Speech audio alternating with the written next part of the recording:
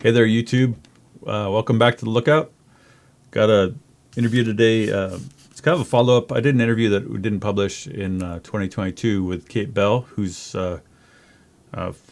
works in the Fire and Fuels program here with the Butte County Resource Conservation District. I talked to her in 2022 on her second burn, and she was an Americorps volunteer at that point. And the Butte RCD has been really busy. They've been doing a lot of burning over the last 3 years. And so Cait and her colleagues have gotten a ton of experience with prescribed fire. And it's pretty fun to watch folks coming up, gaining experience and leadership skills. And so towards the end of the day on our burn that we did on Wednesday, Cait took over as the firing boss, and she ran a couple of people doing the ignitions on a part of the burn where we decided we wanted to burn a little hotter and kill some of the small trees to kind of thin the forest a bit. So it's always really cool to watch folks kind of go from being total rookies to having the skills and leadership to coordinate a complex operation. So here's my talk with Cait. She's talking about the work she's doing with fire and forest restoration here in Butte County. Coming out here has been the first time that I've ever been able to work anything with prescribed fire, and it's a lot of fun. I'm very interested and passionate about it. So yeah, for sure. I think in the future I'd love to keep this kind of a part of my life wherever I end up working.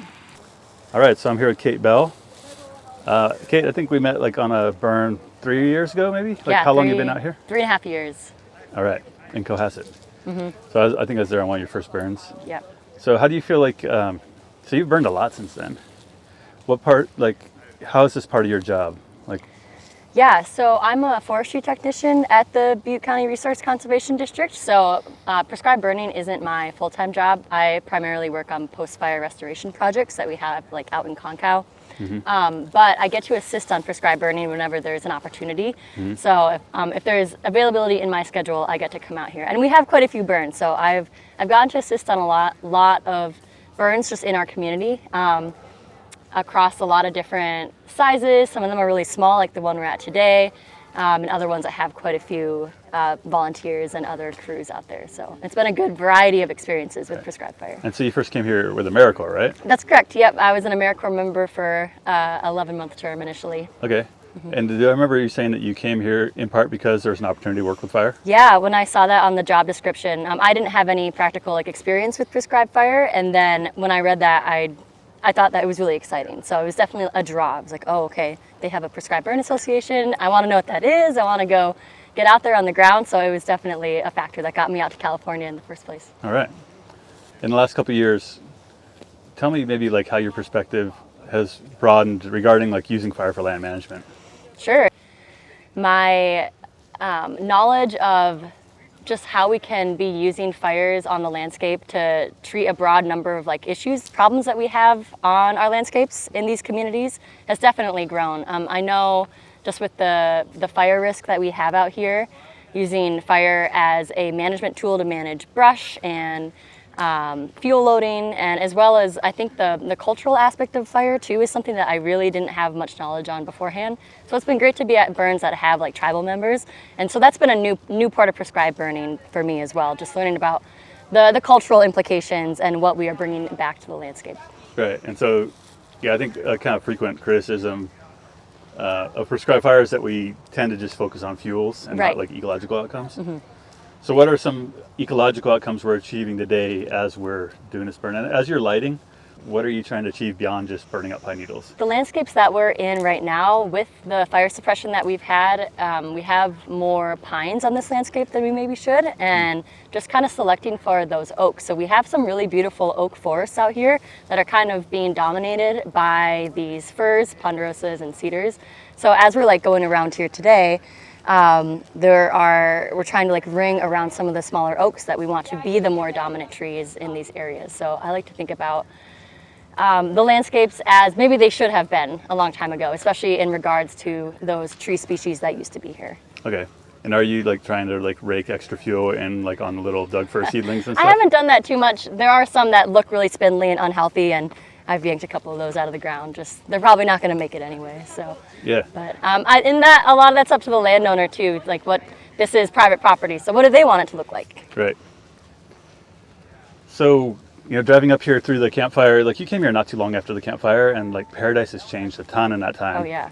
So like, I just found this air photo from like 1951 that shows Paradise, and it's all like apple and pear orchards. No way. And there's hardly any like big ponderosa pine, and it looks a lot like it looks now. And so like, what were your kind of first impressions of like the impacts of the campfire versus like now when you look at the landscape, like how is your perspective different now than it was when you first showed up? Sure, yeah. I mean, the first time I ever went through Paradise, you could tell that something had happened. I mean, I was there a couple years after it had burned, but just like, all the empty lots, weird singular standing trees that were obviously seemed really out of place. That was kind of my initial thoughts when I went through there.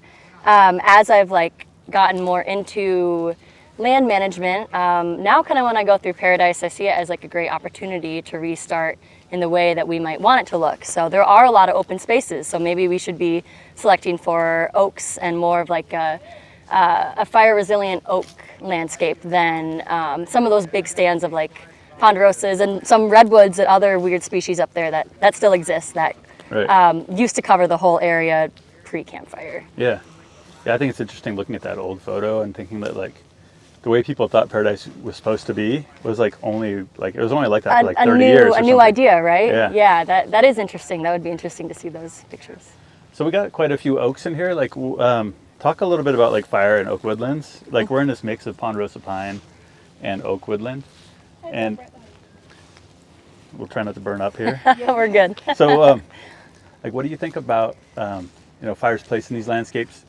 Do you think like we all have this idea that our fire here needs to be like low severity and just kind of like creeping through the litter, but like looking at how many oaks survive the campfire, like do you think we could be thinking about burning hotter with our prescribed burns in these areas? Yeah, and I really like thinking about, they talk about the landscape as a mosaic. So obviously like in those areas, there were areas that burnt at a higher severity that did knock back a higher percentage of the vegetation. And I think obviously that's something that would be harder to bring to, I think, private landowners, the idea of like putting more higher severity, but I think that's like a good idea as we are getting comfortable with being able to scale up prescribed fire, that there were a variety of fire severities on this landscape beforehand. I mean, and you can kind of see that with, the mosaic idea and whatnot, so. Yeah, I feel like when we look around, like driving into here, like it's kind of cost prohibitive to like thin everything. Right. And so like, can we burn up some of these thickets with fire that right now people aren't comfortable with, right? But that, can we get the landscape to a point where we can get away with more of that? Right. It would be, I'm very interested to see the future of prescribed fire and see it, whether that's something that gets kind of integrated into ideas of what prescribed fire is and can be. So what is the work that you're doing in kind of post-fire restoration in the campfire? Yeah, so I'm primarily working in Concow, so on the Plumas National Forest lands that are surrounding that community. So we have kind of a large-scale post-fire restoration project that is aimed at returning the landscape to more of an oak woodland. So we have gone in, done fields reduction on the brush. So the brush component out there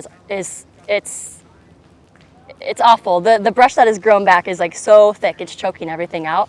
So we've gone in with hand crews and thinned back the brush and done oak release, so pruning up the existing oaks and spacing them out about 20 feet. And there's already oaks everywhere. They all came up immediately. They stump sprouted after the campfire. So we're selecting for those species. And we did plant conifers at a really low density. So the idea with that was just to get diversity back in there. And there really weren't any native ponderosas that were regrowing after the fire. So those have all been planted.